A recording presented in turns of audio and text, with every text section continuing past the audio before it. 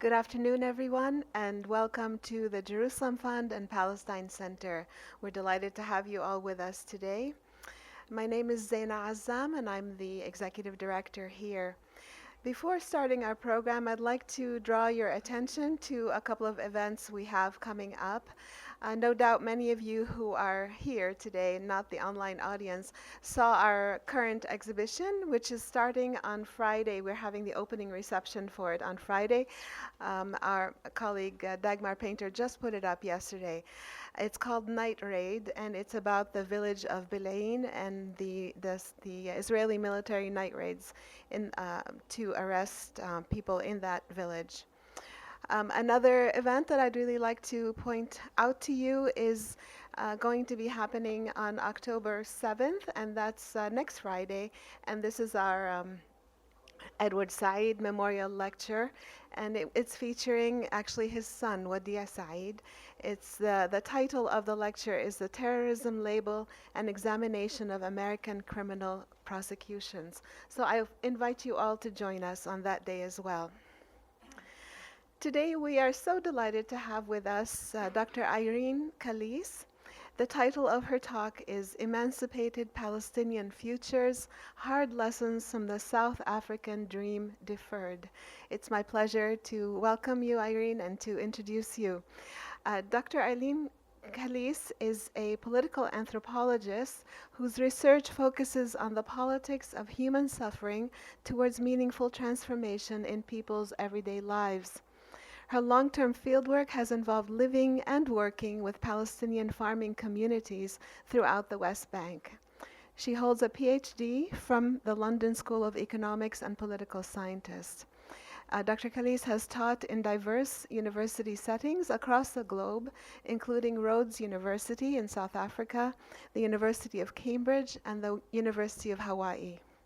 She'll be talking for about 30 or so minutes, after which we will open the floor for discussion and questions. And those of you who are watching online can send us questions via Twitter on @Palestine Center. So please join me in giving a hearty welcome to Dr. Irene Calis.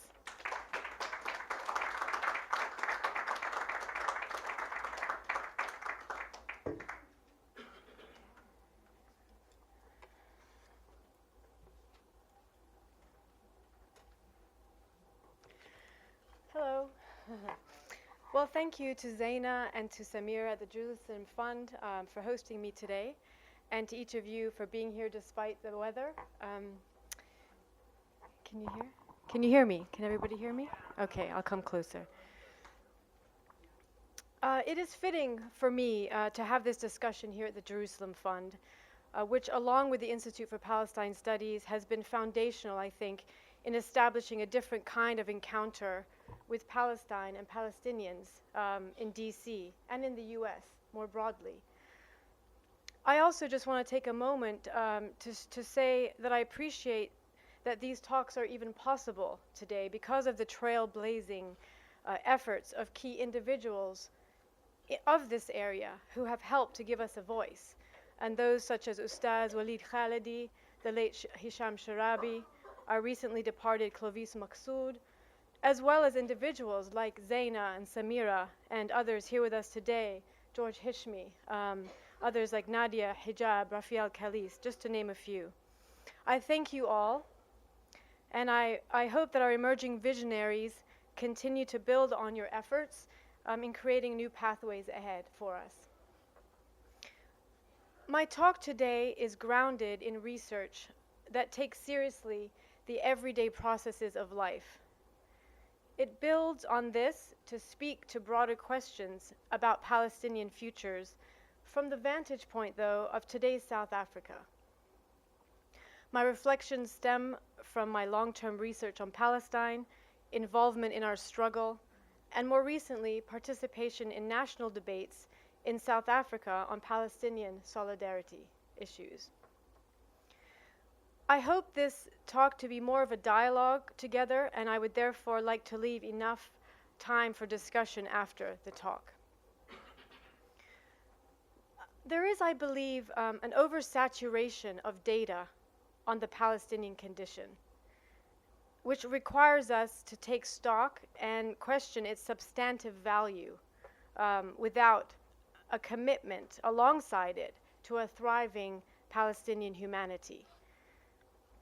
I think that the extraordinary task of having the Palestinian condition heard has meant that most, if not all, of our efforts have been focused on producing our visibility. This has included having to counter various and often insidious knowledge-producing outlets that either silence or distort Palestinian narratives, both historical and ongoing. And the struggle for visibility might even be at the core of the broader Palestinian struggle. And perhaps it is an unavoidable dynamic of any anti-colonial movement. Part of being heard means needing to find ways to link up the language of struggle with wider popular concerns.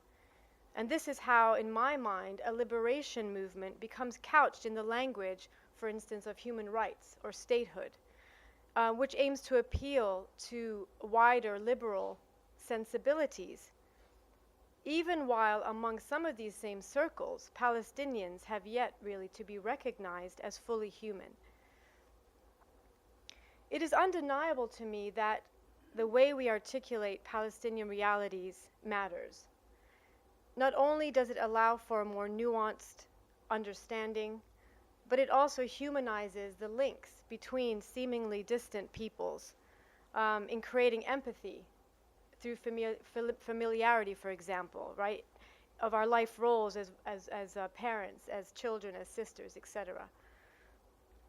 But also the requirement to be legible, to be heard and visible to the status quo can also keep us locked in reactive responses. In striving for visibility, our scope for finding solutions is often bound by the status quo, rather than wider resources of inspiration that call for the more radical kinds of transformation that might be needed. I think the perpetual turn to international human rights law to dismantle the conditions of Palestinian dispossession is a case in point. International law continues to operate within a state-centered system, whereby the state ultimately resides over how human rights are first interpreted and then how and if they are enforced. So what does that mean for stateless people? And what happens when the state is both the perpetrator and the judge of human rights violations? The way in which Israel defines the nation, therefore, is key to understanding who falls within the protection of human rights law, but also it tells us why international law and its various unimplemented UN resolutions has categorically failed Palestinians. If we stand back for a moment, it becomes clear that before we can appeal to the notion of rights, Palestinians must first be recognized and included in the human. And I think a claim to humanity is the heart of any emancipatory struggle.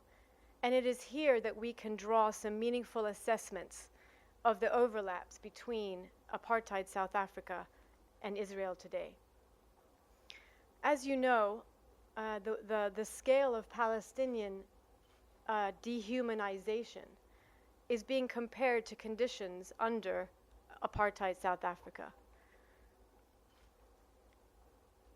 The subject of Israeli apartheid also serves as a poignant example in my mind of this reactionary dynamic that we seem to be caught in.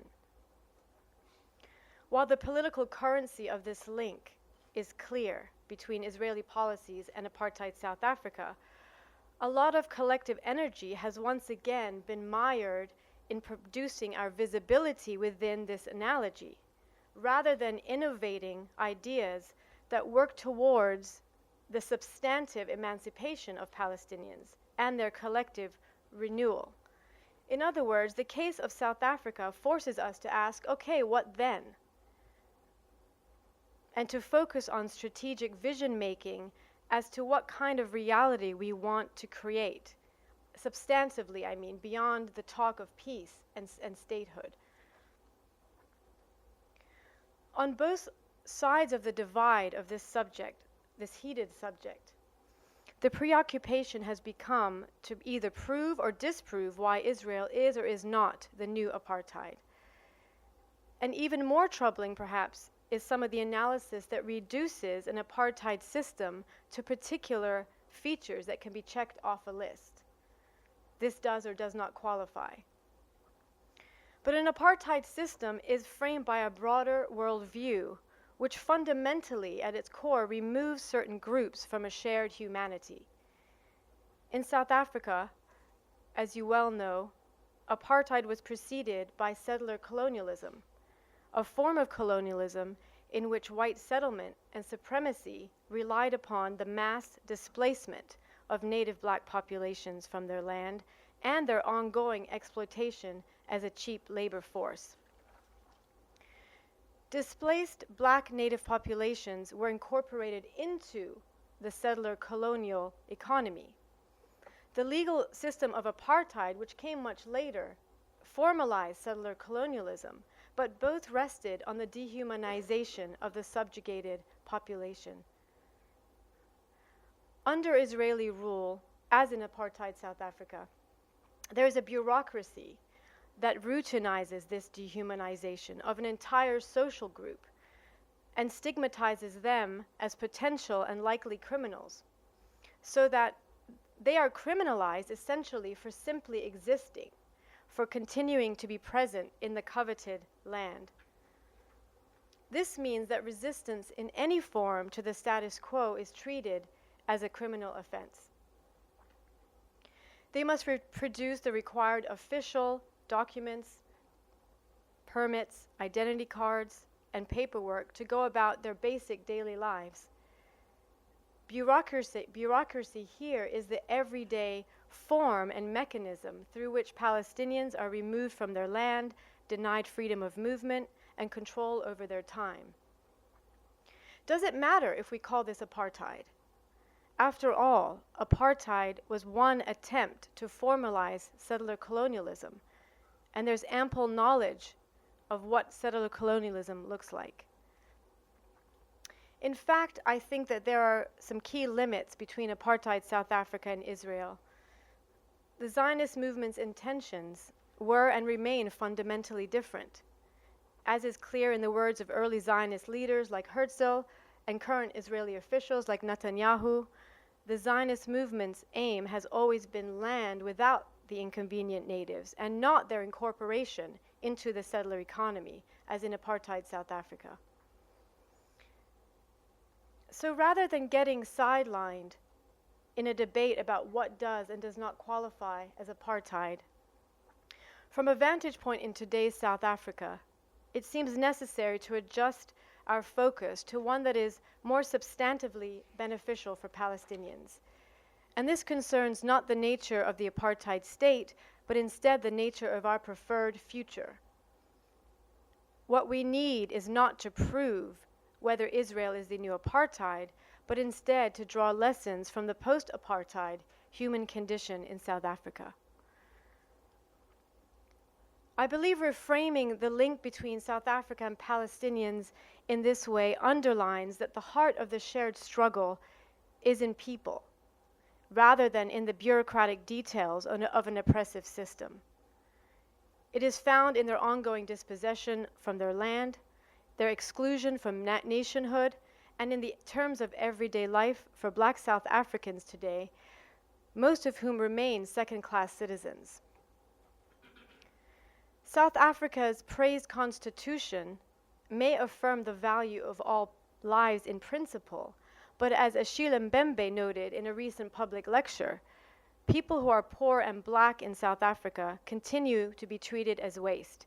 They continue to be policed as an external threat to society, not as part of society. The achievement of a democratic South Africa in principle has not translated into substantive emancipatory victory in practice. apartheid's social and economic legacies have yet to be reckoned with, where whiteness still lives on the back of blackness. From a Palestinian vantage point, the post-apartheid human condition in South Africa prompted me to ask qualitatively different kinds of questions, which a focus on visibility has perhaps distracted from. What would our emancipated future look like in Palestine? And what must be in that framework now to realize that future? How would emancipation incorporate a vision of Palestine beyond geography, as 3/4 of Palestinians live in the diaspora? When the South African transition from apartheid is held up as a model for Palestinians, it is worth heeding the warning offered by the current state of the ANC. Like many Palestinian leaders after the creation of the Palestinian Authority in 1994, the ANC leaders, as part of the political elite, have long left the struggle, although they claim to be speaking as part of it. The PA has not only become incorporated into the colonial status quo, but it is an important mechanism in sustaining it. So one lesson that Palestinians have to draw from the fate of the ANC is that the anti-colonial revolutionaries have an essential role to play, but that their leadership and their pre-revolutionary structures may need to be dispensed with in the post-colonial moment, especially when elitist power perverts commitment to the demands of ordinary life. Further, there must always be readiness to give way to new visionaries. And so, for Palestinians and Black South Africans, what of our dream deferred? We know too well that dreams are a double-edged sword. When they fail to be realized time and again, they become corrosive to the struggling human spirit. And yet the same dream is pivotal for any emancipatory struggle, in its basic form, the dream to be free. But I think after more than 60 years of struggle, the Palestinian dream of emancipation must find a new face.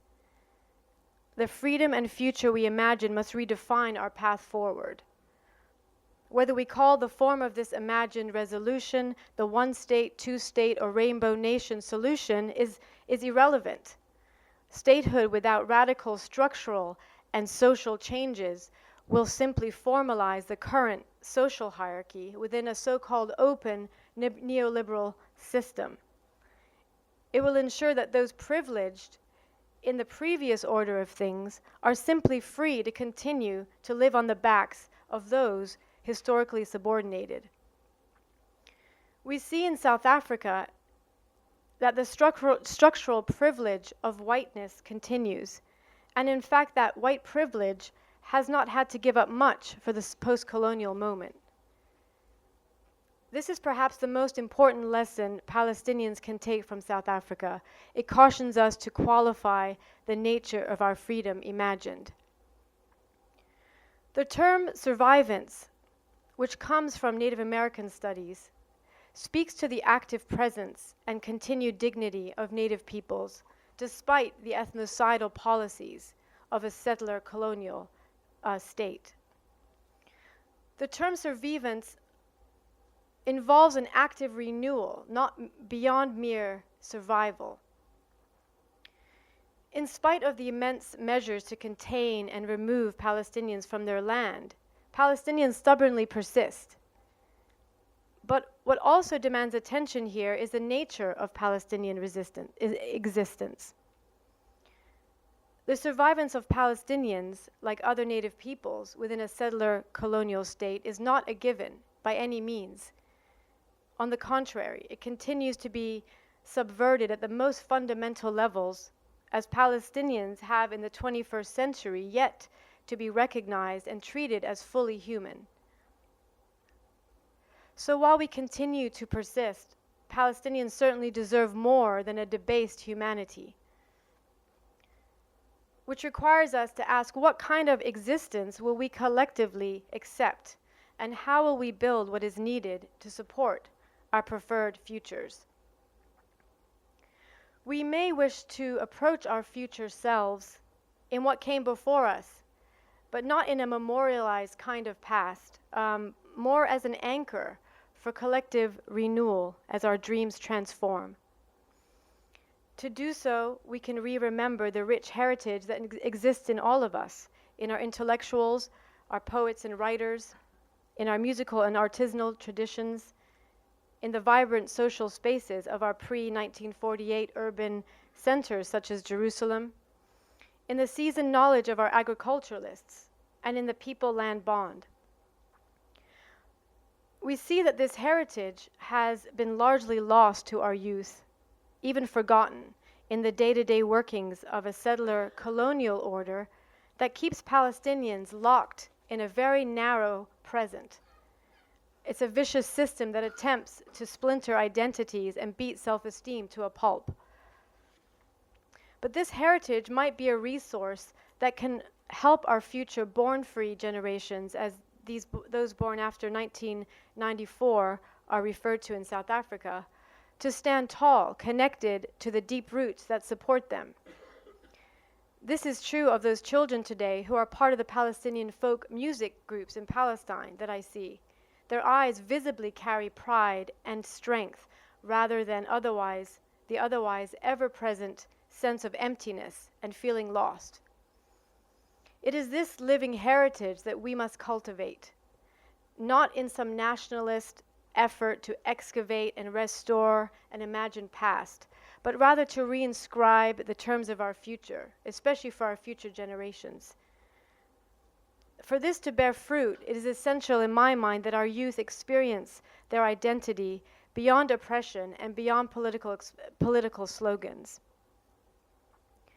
So if I can close here with a lesson that we must keep in mind from the South African experience, is that the denial of the full and equal humanity of the majority of black people preceded apartheid and has continued after apartheid. And victories on paper are not the same as victories in practice. I think I'll leave it there. Thank you.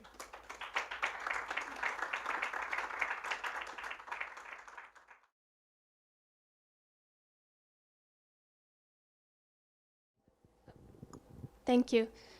My name is Irene Calis, and I'm Palestinian from Ramallah.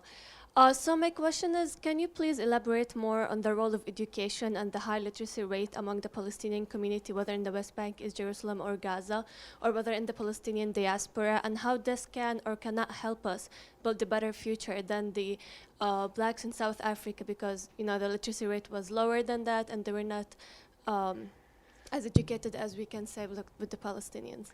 Could you just, repeat that first part of your question? I didn't get that. Oh, can you please elaborate more on the role of education and the high literacy rate? Because Palestinians have a high literacy rate. They're known to be educated among the Arab world. How this can help or not help us build a better future than the blacks in South Africa in the post-apartheid? Thank you. Yeah, that's a great question, and something I've thought about quite a bit. I think the first point that would come out in my mind is the type of education that we are having and the type of literacy we are talking about. I think what there is a lack of, or what we need more of, in context of what I was speaking about, is a grounding and a revivance of knowledge of the landscape, of the nuances of Palestinian identity. So much of this, the relationship to Palestine, just even in a physical level, is in terms of occupation. But many people do not know, many youth do not know what particular names, Palestinian names were for particular points, particular wells, particular stories, particular mythologies that make this a living heritage, not just something that is objectified in the past. And this is a part of the living heritage that I think needs to be cultivated more, which is happening in these types of folk music groups, and other people are initiating these. It's not that it's not happening, it just needs to happen more, so that children can hear stories from their grandchildren and reconnect to the way that oral histories are transmitted from generation to generation, rather than having the moment of occupation be where the event in which we kind of relate to the past, to prehistory and before history, so to speak. So I think we need to reimagine the type of education we are giving our youth, especially. Of course, there's the conceptual, the intellectual aspects to strategy, but solutions often come from the struggle. You know, they're born in the struggle, and I think that just requires a reimagining of what we mean by education, so that it connects to our living heritage. That makes sense. Right next to you, yeah. Thank you. Can you tell us more about what might be happening now in South Africa? For example, are there solidarity groups with Palestinians there, or opposition to the things that you have mentioned? Yes, thank you. There's definitely a growing solidarity voice in South Africa, but equally counter oppositional voices. So there are. I have been working with a small group of very committed and courageous individuals who are fighting a lot of odds and being personally persecuted for their commitment to Palestinian solidarity. So I think there's a lot of work that needs to be done. There's fragmentation among the solidarity groups in South Africa, as there is everywhere. So it's definitely visible. I think there are ways that we can nurture that more and strengthen a collective voice. This is, I think, a strong space has become within the academies and the universities that is spilling out, but also among popular movements like the Unemployed People's Movement of South Africa. Because as we were talking about, connecting the language of struggle to wider popular struggles, I mean, fundamentally they're about the same things. So they resonate, and so there's collaboration with popular struggles as well. Yes.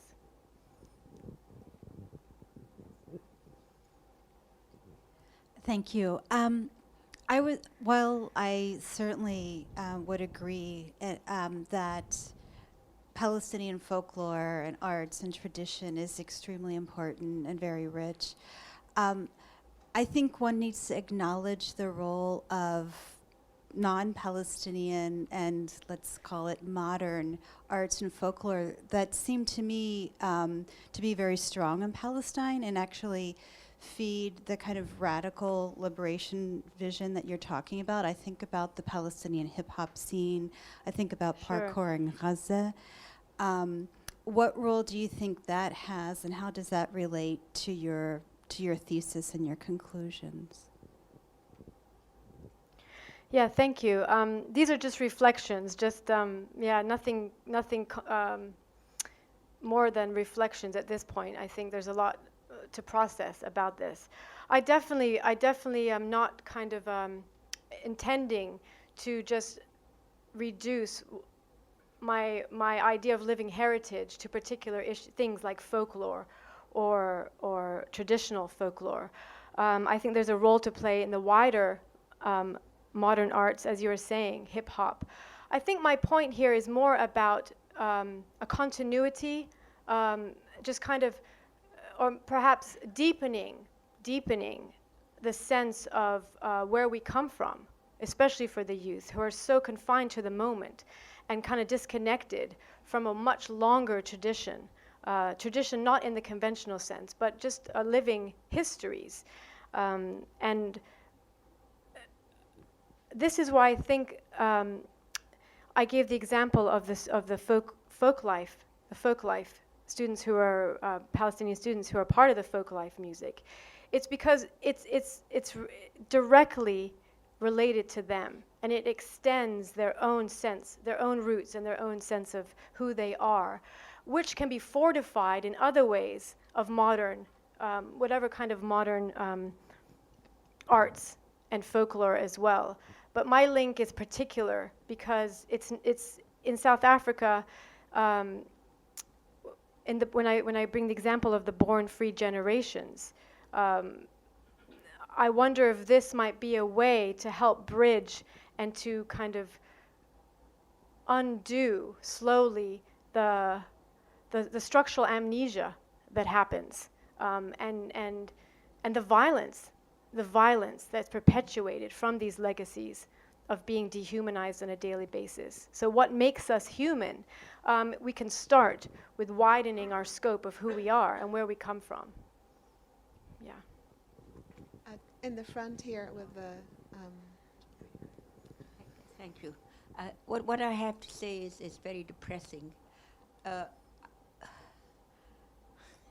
It's very, very depressing because you kind of relate back to what was maybe the idyllic way of life and what is now. But I think it's a general general across the board poverty of the spirit, a poverty of grabbing what's for me. And it's a sort of selfishness that is corrupting the world. So I don't know that we can pinpoint it on colonialism that was this. And I met a South African lady recently, very intelligent, highly, and after with Mandela, I thought everything. I had lived in South Africa for 2 years. I thought with Mandela everything was going to be smoothed over, but it hasn't. It's just as bad as ever, and there's a lot of corruption everywhere. And so what you're saying, I wish I could feel more hopeful. I feel very sad. I'm sorry. Oh no, I feel sad as well. It's not a question. It's just a feeling of yes. What can we do to lift us, all of us, up? Yes. All of us, not just, I think that's incredibly important, and I think we are forlorn at the state of South Africa today. But can we expect anything different? We haven't replaced the colonial structures. We haven't changed the colonial structures. We've only replaced them with new forms of elite power. And I think when you speak about the poverty of the spirit, it's incredibly important. And in my mind, I think it's important for us to make the connections of how the poverty of spirit comes to be. It's in these cases, particularly in the case of South Africans, the case of Palestinians, it's not simply poverty of the spirit, but it's how particular policies have targeted particular people for long periods of time, oppressive policies target not only your ability to live, but your very instinct to want to live. And when I think about the poverty of the spirit, it's also that, and you're talking about selfishness and greed, which is yes, everywhere. Absolutely. I think a big part of that comes from the fact that we don't have a community of connection anymore, right? I mean, part of Israeli and South African apartheid South African policies were to disconnect you from social relationships, disconnect you from the past, which is your kind of knowledge base on which social relationships continue in time as well, if that makes sense. It isolates you from people, from prospects, from possibility, and that's where the spirit is left starved. And that's where I feel it's not about filling. It's about reinscribing how we can move towards more transformative conditions of the human spirit. If that makes sense. One thing you mentioned that was very important is how the original leadership, the original fight, become part of the elite. And it's obviously happened in Palestine. So there seems to be a part of what would be part of the solution is a new generation of leaders. But what I notice, I do a lot of work in Gaza, for instance, and a lot of the youth, their response has been just a divorce from politics altogether. They're so disgusted with their own ossified leadership that they're not getting involved. I mean, what are your thoughts about what can be done to reinvigorate people's sense that they could influence that? Influence what in particular? They feel like, I think they feel like they can't even influence their leadership anymore. So instead of trying to get involved and change and get a new leadership, like you said they sort of needed, they're just saying, forget it. I'm just wondering what your thoughts are about how a new generational leadership could take place to replace that group like the PA that's in the elite now and working for their own interests. Yes. Thank you. I'm not sure that there is one way. I think we have a lot to learn from other popular struggles across the globe, and this is where a dialogue and a conversation needs to happen among everyday, ordinary people on the ground who are the everyday heroes in the end of the day. I think leadership roles should be limited and finite in how much, in how long they continue. I think it's clear why Palestinian youth just disengage from politics, because they recognize the status quo, the leadership as part of maintaining the status quo, and they're no longer speaking from their position, they have no empathy really, perhaps. But so I think that we just need to widen our conversation with other popular struggles and come up with more creative kinds of solutions that don't necessarily formalize a particular leadership. We're so conditioned to think about the state as our model of what we want, but is that our model? I know that's a bit radical in the state system we live in, but the point there is to find new ideas within that conversation, not necessarily just the end. And there are people doing very creative things that we could learn from, I believe, and that the youth could perhaps connect to these popular movements where they can feel a sense of strength. I don't want to impose a sense of hope, because I speak about this in other places. I think that in itself has been projected onto people in oppressive situations, perhaps too much, that we are overlooking the concrete limitations on people's aspirations. And if we recognize that, then we're forced to kind of reevaluate our strategies of how to engage transformation in a meaningful way.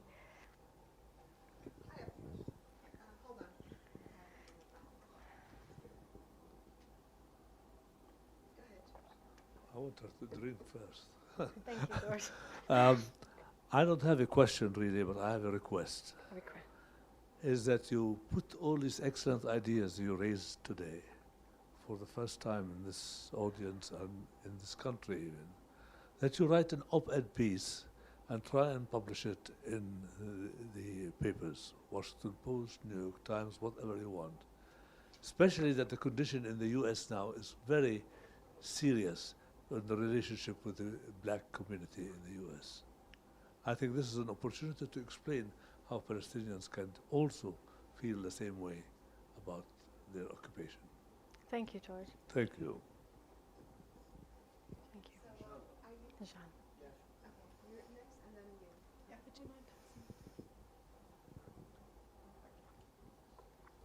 Hi. So in order to be taken seriously by the international community, to some extent, we need to play by their rules. And the Rome Statute says that it defines apartheid as a crime against humanity. So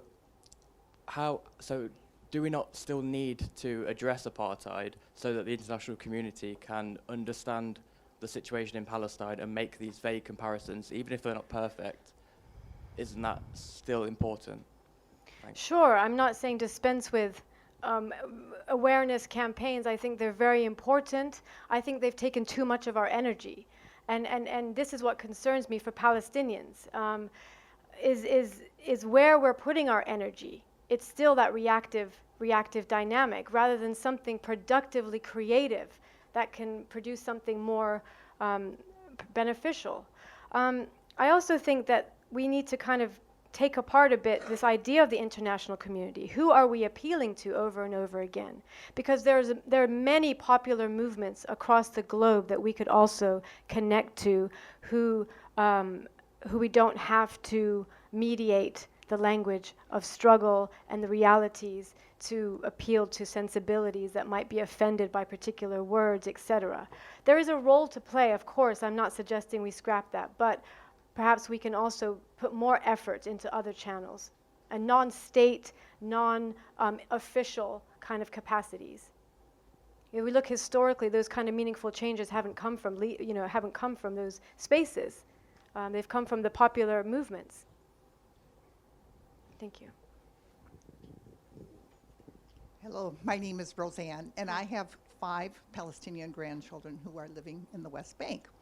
And so I want to know how you would recommend that they, or where does this policy change begin? Are you talking about this organization when you say that there needs to be a change in the policy about how we get them to, I mean, I see a lot of what you, I've been there 4 times, and I have seen a lot of this living heritage that you talk about, but I also think that their education system is based on a lot on what has happened since the occupation. Yes. My oldest grandchild is 12. She'll be 13 next month. She grew up in America till she was 6, so she's lived there more than half her life. But she would rather be here. She doesn't really have that connection to Palestine. But she's learning the Arabic language. I think there's some things that she's feeling proud of. But another thing that this policy, but also the different groups within the West Bank. I mean, you have the Christian Palestinians, you have the Muslim, she's Muslim, Palestinian, and there isn't a lot of dialogue between those groups, and I don't know what policy we can to promote that kind of thing. I've been to a few things there where I think they do celebrate their heritage, but I also sense the poverty, the feeling of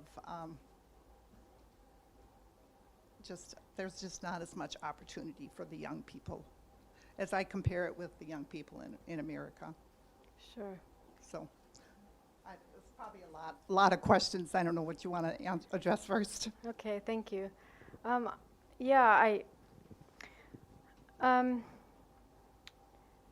I think I'm not kind of trying to prescribe a particular type of idea of heritage, that's like limited to rituals and these kind of visible things. It's a much deeper kind of relationship to ourself, that I'm self-worth based on something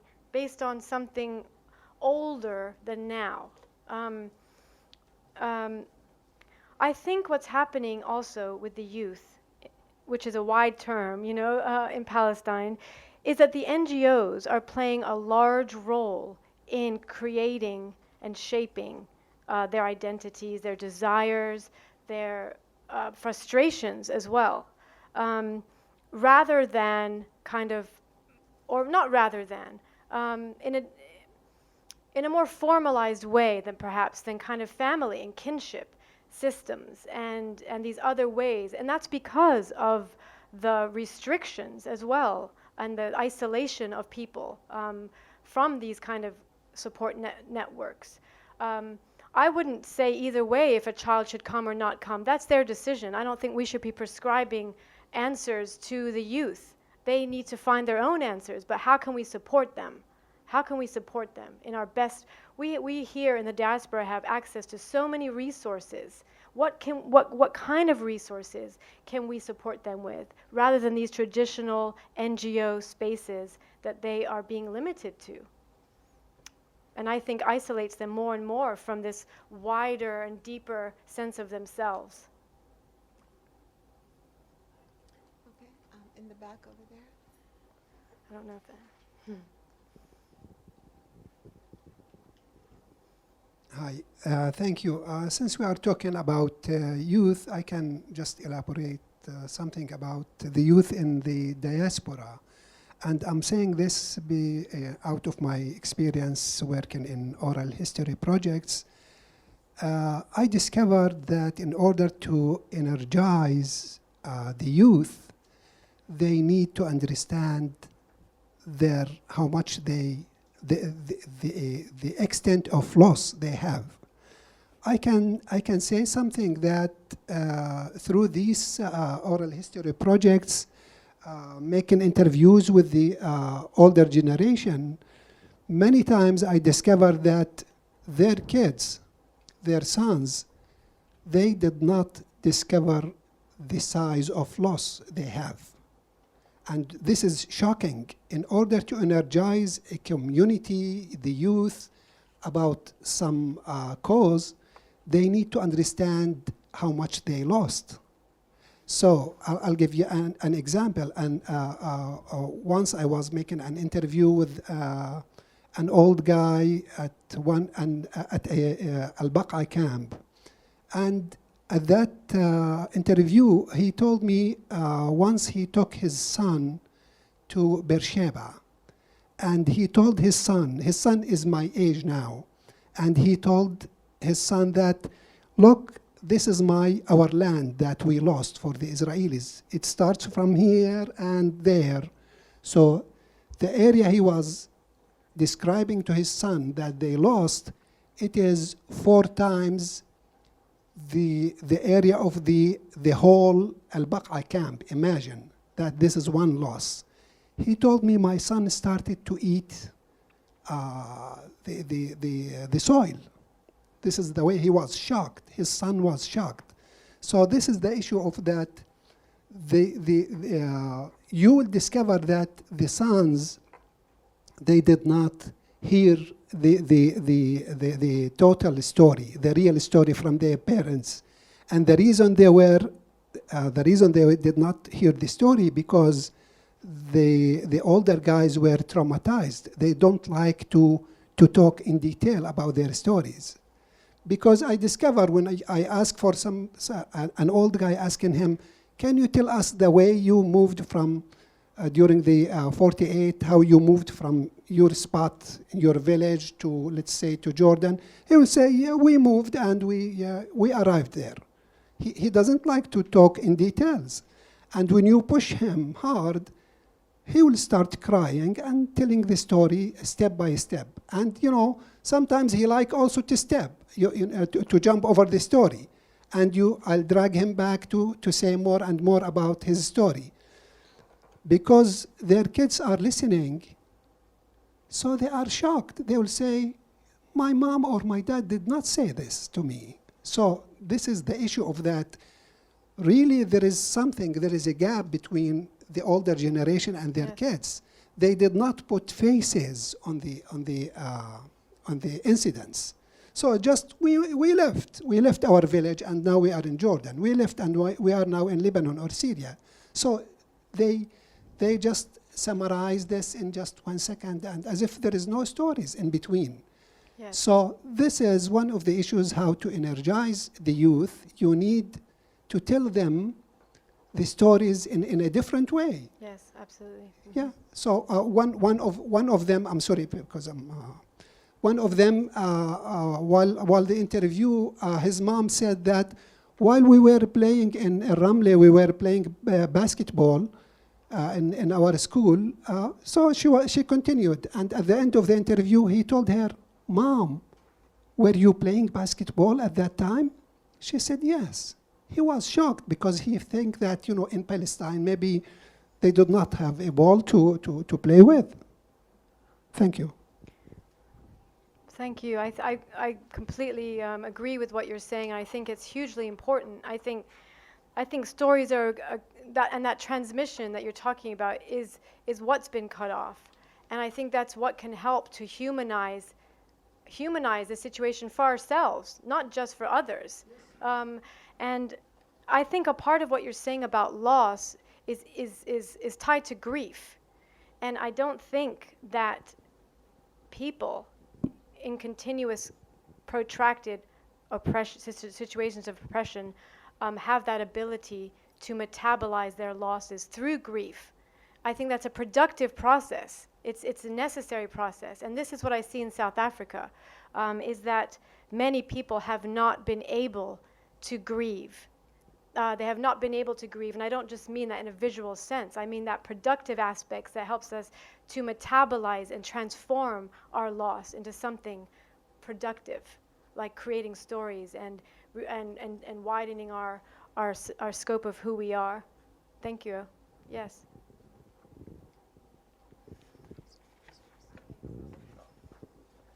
Thank you very much. You began your talk by saying that international law has utterly failed the Palestinians in their quest for independence, liberation, and statehood. And in your subsequent remarks, you made fairly clear, although not in these same words, that international law remains very important and that civic action, including nonviolent resistance and the BDS movement, are also very important. So it seems to me what you're saying, if I understood you properly, is that this is all very good, but it's not enough, that you need this other element that you're talking about, and that it has to be developed now and not just begin with the day after independence. But one thing that you didn't address is the fact that international law and the views of the controllers of international law shifts over time. And we see this shift in recent years with the Arab Spring, the refugee crisis that has had a tremendous impact on Europe and is obviously impacting their views. So would it be more fair to say that international law has utterly failed the Palestinians until now? No. Well, the refugee crisis is obviously changing attitudes in Europe. They see that this turmoil in the Middle East, of which the Palestinian-Israeli conflict is a part, is absolutely could be devastating for them and order in their society and so on. And it's coming over into the U.S. to some extent. So the question was, has international law categorically failed until now? No. Sorry? Yeah. The question is, you Sorry. seem to ignore that international law and the attitudes and views of those that control international law shift over time, and that in a number of respects it is shifting in a way. First of all, it's fundamental to the establishment of statehood, just as it was fundamental to the establishment of the Israeli state. But these attitudes are changing in a way that's favorable to the Palestinian cause. Or you don't believe that to be true? I could put that out to the audience. I mean, I have my own view of that, which I'll be happy to answer, but I would also open that up to other people's perspectives about, yeah, I will, and I'm happy to answer it as well, but yeah. You want to say something? Yeah, I mean, sorry. Because there's a focus on the other issues in the Middle East, I just see the Palestinians even forgotten even more than before. I may be wrong on that. I don't know. Raise your voice. Well, sure, that's where the focus is today, but where will it be next year and 5 years from now? Eventually, stability will come to the Middle East, but if the Palestinian-Israeli conflict continues, that will be an important issue that will continue to impact Europe. Yeah, I don't personally believe that international, I think the fluctuations in how law is applied doesn't matter so long as you're not included in the human on which those laws are applied. Law is also, we know that law does not equate to justice. We know that law is also a mechanism of oppression, and that's best seen through policies of bureaucracy. Apartheid South Africa was incredibly legal, obsessed with legality, as well as Israeli colonialism in Palestine. So in my mind, it still fails Palestinians, because I think we need to seek other channels, because also international law, going back to my point that it is based on states, and states are invested in particular type of status quo that I don't think speaks to the situations of people like Palestinians on the ground. The status quo changes, and when very senior U.S. military and civilian officials start talking about the Palestinian-Israeli conflict Yes. as something that impinges, the lack of its solution, that impinges negatively on U.S. interests, Yes. that's a fairly important shift. Definitely, I agree that's an important shift. I just would, if we go back to the case of South Africa, we see there's a new legal system in place, but that has not substantively changed the human condition for majority of black South Africans. So what does that mean for our emphasis on law being the way we envision peace and statehood only? It's obviously not Yeah. It's an important part of the whole equation. Okay. We need Thank to you. move on, please. Actually, we're coming to the conclusion of our session. I'd like to just suggest, you talked, Irene, about the double-edged sword nature of a dream, and a dream deferred becomes a corrosive kind of thing in society. I wonder if we can end our discussion here with you reading this very powerful Langston Hughes poem. Sure. What happens to a dream deferred? Does it dry up like a raisin in the sun, or fester like a sore and then run? Does it stink like rotten meat, or crust and sugar over like a syrupy sweet? Maybe it just sags like a heavy load, or does it explode? Thank you so much. Please join me Thank in you very thanking much. Dr. Irene Calis. Thank you very much for your comments and for being here today. Thank you.